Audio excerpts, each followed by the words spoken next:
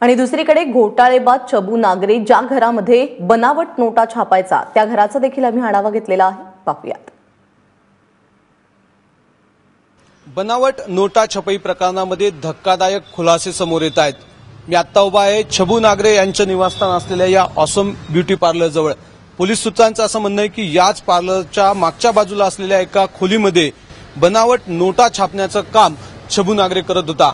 असं सांगितलं जातं की यांची मोडच होती की एक स्कॅनर, प्रिंटर, नोटांची शाई असलेल्या काही डब्या असं अनेक साहित्य जे आहे ते रविवारी सुद्धा पोलिसांनी या ठिकाणाहून जप्त केलं।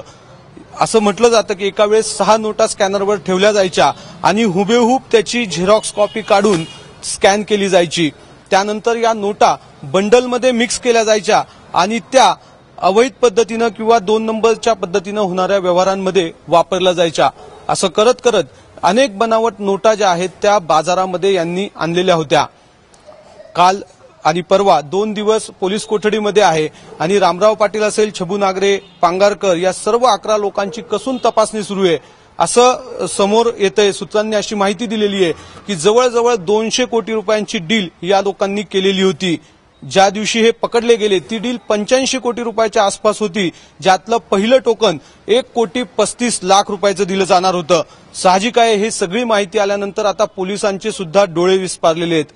ठाणे, मुंबई, पुणे, नाशिक या सर्व जिल्ह्यांमधल्या या आरोपींच्या, संशयितांच्या घरांवर, फ्लॅटवर, कार्यालयावर पोलिसांनी आता छापे टाकायला सुरुवात केली आहे। इतकंच नाही तर चबू नागरेची इथे एक मायक्रो फायनान्स कंपनी सुद्धा होती, जिच्या माध्यमातून छोटी कर्ज प्रकरणं दिले जायचे आणि छोट्या बचत खाते सुद्धा चालवले जायचे।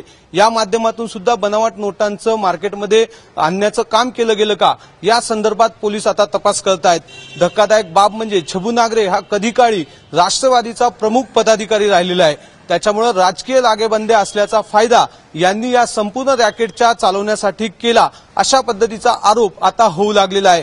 ज्या पद्धतीनं बनावट नोटा छापून त्या मार्केटमध्ये आणले गेल्या हे धक्कादायक असल्यामुळे आता अखेर या सर्वांवर राष्ट्रद्रोहाचा गुन्हा दाखल करण्यात आल्याची माहिती पोलीस सूत्रांनी दिलेली आहे। कॅमेरामन किरण कटारेसह सागर वैद्य, एबीपी माझा, नाशिक।